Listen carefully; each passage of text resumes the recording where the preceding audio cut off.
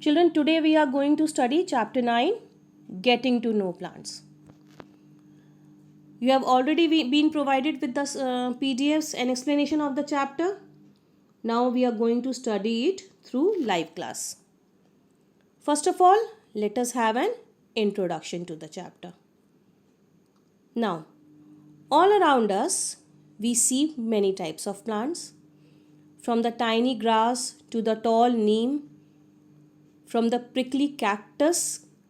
Cactus is prickly, na? It has spines. To the floating lotus. Lotus is such a lovely flower and it is our national flower too. And many more plants are there. So plants are found on land and in water bodies like lakes, rivers, ponds and oceans. Grass, neem, cactus, these are found on land. And lotus, water lily, etc. and many more plants are found in water. So plants can grow everywhere on the earth. We know that plants prepare their own food. How? They use carbon dioxide and water in the presence of sunlight and chlorophyll. And they prepare their food by the process called photosynthesis. But children, can other organisms also make their own food in the similar manner? No. The other organisms depend directly or indirectly on plants for their food. How? Let us understand this. Children, herbivorous animals like cow, goat, horse, etc., they eat plants. So, they are directly dependent on plants for their food. We all know that. But carnivorous animals, they do not eat plants. What do they eat, children? Carnivorous animals eat the flesh of other animals. So, if a goat eats grass and a tiger eats that goat, it means that the tiger is indirectly dependent on plants for its food. Because if there is no grass, there will be nothing for the goat to eat. And if goat is not there, there will be nothing for the tiger to eat. So, tiger is indirectly dependent on plants for its food. So, plants are the source of food for all living organisms. Understood, children? Also, scientists have estimated that there are over 4 lakh kinds of plants. And plants are classified into 2 broad groups: flowering plants and non-flowering plants. Now, some examples of flowering plants are rose, mango and wheat plant. The pictures are shown over here. Similarly, some examples of non-flowering plants are ferns and mosses. You can see fern. It is a small ornamental plant. It can be found in anyone's garden. It is a very lovely plant. And in the next picture you can see moss. This green layer over the wall. It has covered the entire wall as shown in the picture. So this is moss. These are non-flowering plants, children. Next, we move on to classification of plants. So plants can be classified in many ways. The first is the size of the plants. The plants may be very small, medium or tall, as we see all around us, and they are classified accordingly. Second is the nature of the stems.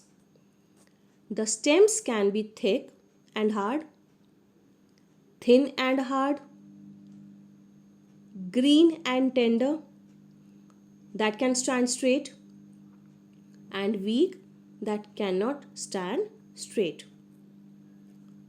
Third is where the branches appear. The branches may appear at the base of the stem or higher up from the upper part of the stem, as we see in trees. So we shall discuss all these now. Based on their size and the nature of the stem, plants can be classified as herbs, shrubs, trees, and climbers and creepers. Now we shall discuss them one by one. First, we shall study about herbs. Children, you all must have seen coriander and mint. Yes? They are herbs. Did you notice their size? They are small plants.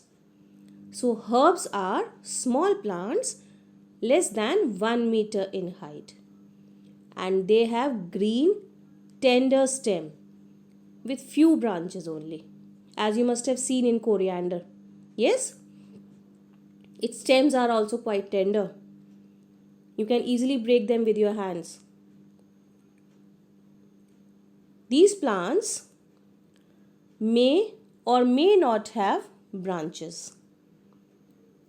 Most herbs live for just one season or 2 seasons, like rice, mustard, and sunflower live for 1 season only, while radish and carrot and similar other plants, they live for 2 seasons.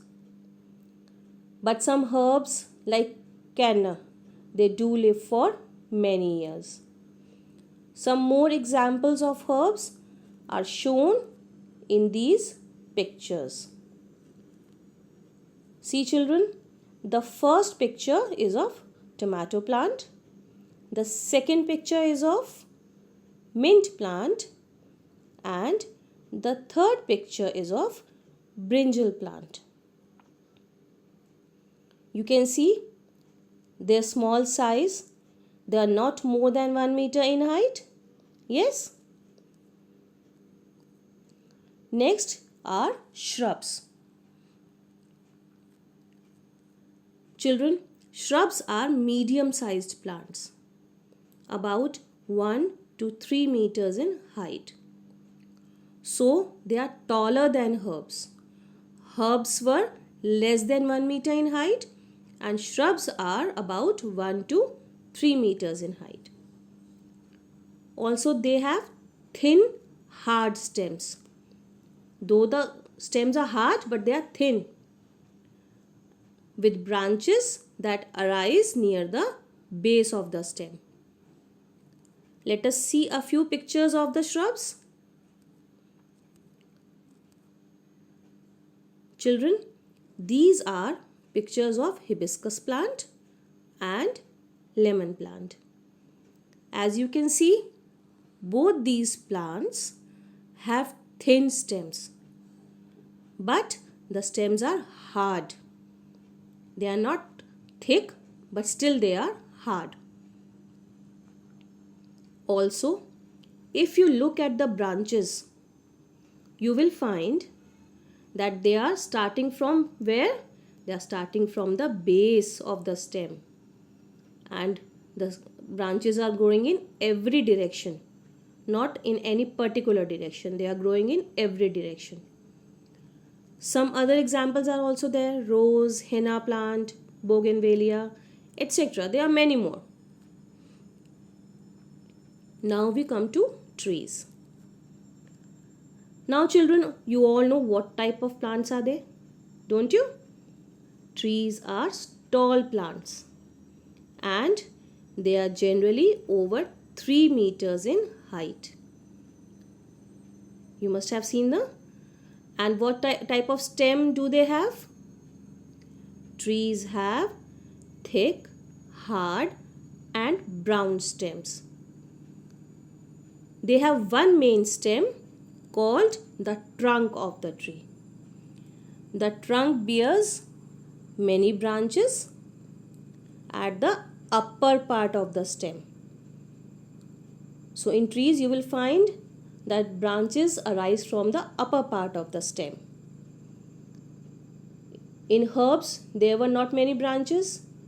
In shrubs the branches grew from the, as we saw in the pictures just now, that the branches in those pictures grew from the base of the stem, but in trees the branches grow from the upper part of the stem. Some examples are mango, neem and coconut plant. Two pictures of neem and coconut trees are shown over here, and you can see that the main stem called trunk is quite thick, hard and is brown in color, and this trunk bears many branches growing from its upper part. Next we move on to the climbers and creepers. Children, these are plants which have weak stems and cannot stand upright. Among these, the plants with weak stem that cannot stand upright and spread on the ground are called creepers, because they creep on the ground. They are called creepers. Some examples of creepers are strawberry, watermelon, pumpkin, etc. So these plants spread on the ground as their stems are weak and cannot support them. Also, there are some plants with weak stem that need support to climb up. They are called climbers. Examples of climbers are grapevine, money plant, etc. See, here are some pictures of creepers and climbers. Here in these pictures we can see that the strawberry plant is spread over the ground as it is a creeper. It creeps on the ground. And the money plant and grapevine, they are climbing up available support. The support that they get, they climb up that available support. So they are called climbers. So in this chapter, we are going to discuss the flowering plants.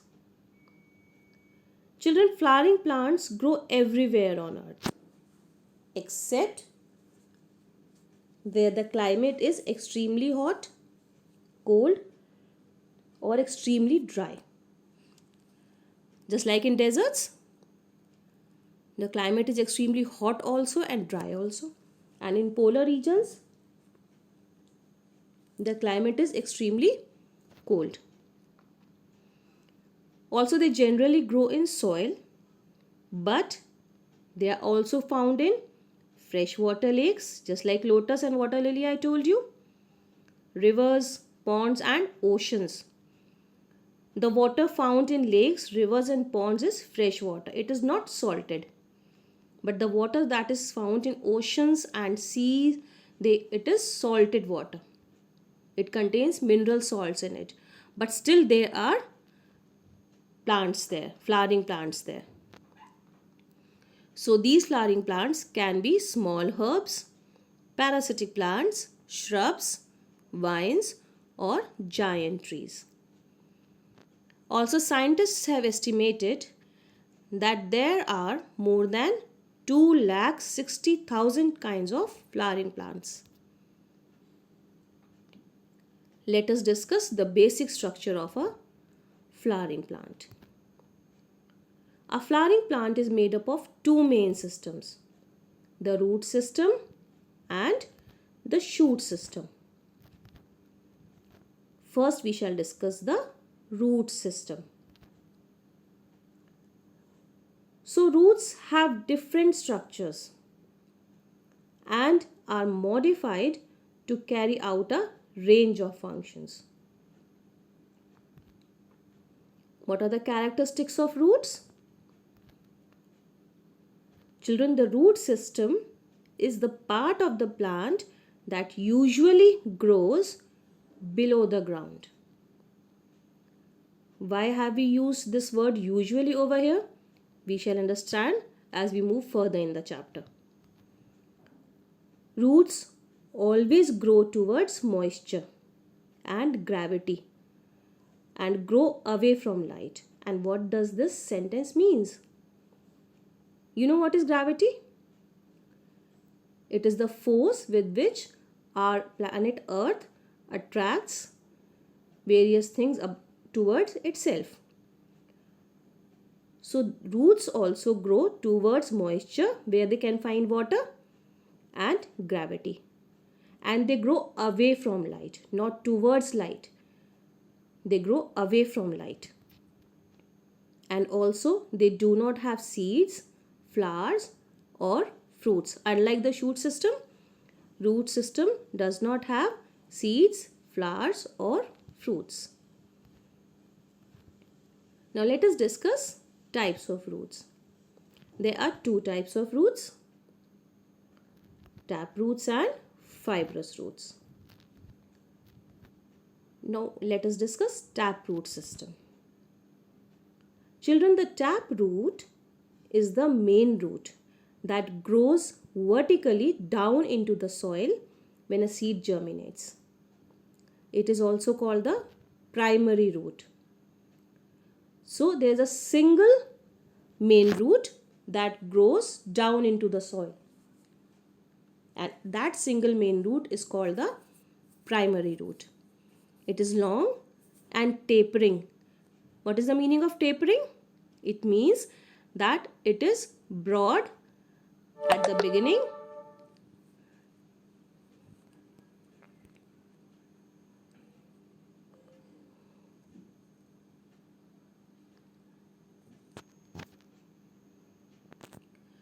and is distinctly larger than the other roots. There are secondary roots also. The main root is called the primary root. So what are the secondary roots? Secondary roots are lateral roots or branch roots that grow from the taproot. So secondary roots grow from the taproot, not from the base of the stem, but from the taproot. Some examples of plants with a taproot are carrot, balsam and zinnia. We shall see the carrot, the growth of a carrot. So initially when a carrot is planted, you see in the first 10 days the main root is very thin. But as the days go by, after 20 days, 30 days, 45 days, you can see gradually the main root is growing deep into the soil and it is thickening also. It is broader at the top and becoming pointed or tapering towards the tip. So after 75 days, it is shown that the main root or the primary root has grown considerably. And you can see there are small thread-like structures, filamental structures that are growing out from the main root. Children, these are the secondary roots or the lateral roots. They are growing from the taproot. Next, we shall discuss the fibrous root system. In the fibrous root system, as opposed to the taproot system, there is no main or primary root. Here, the fibrous roots grow as a cluster of fine roots at the base of the stem. And these roots spread out in all directions. But they do not grow very deep into the soil. The taproot grew deep into the soil, but these roots do not grow very deep into the soil, and they spread out in all directions. Some examples of plants with fibrous roots are grass and cereals. Here's a picture of grass shown over here. You can see the lovely green grass, and their roots are clearly visible. What type of roots are these? These are fibrous roots. You can see their fine thread-like structure, and they are growing in a cluster from the base of the stem. Yes, there is no single or primary main root visible over here, is there? No, children. There is no main root or primary root visible over here. So in this system, or the fibrous root system, there are thread-like roots.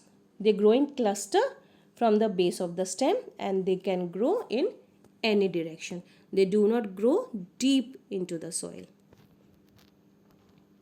Next are the functions of roots.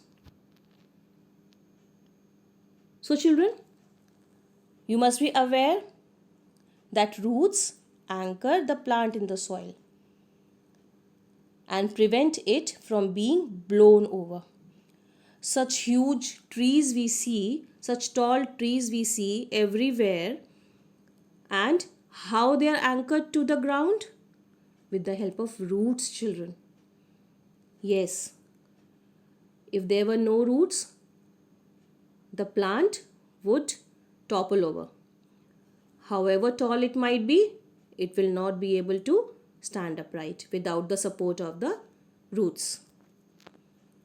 Also, the roots absorb water and salts from the soil. You must have seen in your houses also, or in a garden, that if the soil in which the plants are growing, if it is not irrigated or if it is not watered, what will happen? The soil will dry up, and the roots will not be able to absorb water and salts from the soil, because since the soil is dry, how can the roots absorb water? And if this water is not transported from the ground to the other parts of the plant, like leaves, because roots conduct water and salts to the stem from the soil, and stem conducts that water to the leaves where it is used for photosynthesis. So if roots don't absorb water from the soil, leaves also will not get water for photosynthesis, and the plant will not be able to make food, and it will start wilting, and finally it will die. You can see the functions of the roots are displayed with the help of an experiment also, and a picture is shown over here of the roots anchoring and binding the soil. So you see how the roots are spread over the ground, and they are underground also, where they anchor the plant, whether it's a tall tree or a small herb. They anchor the plant to the soil, and they bind the soil also. They help in reducing soil erosion. If the plants are grown, the roots of that plant bind the soil around them. They do not allow the soil to be taken from one place to another by the action of wind or water. So soil erosion is also reduced. In the second picture, you can see the experiment is shown over here. displaying the absorption and conduction of water by the roots. So there is a beaker in this experiment that contains eosin solution, and that beaker is kept on a stand, and in that stand a plant is fixed. The roots of that plant is dipped in the eosin solution, and the shoot is fixed in the clamp of the stand. If you leave this setup for some time, what shall you find? That the veins of the leaves, the small thin lines that you observe on the leaves, they are called its veins. So those veins will show red color in them. That was not there initially when the setup was arranged.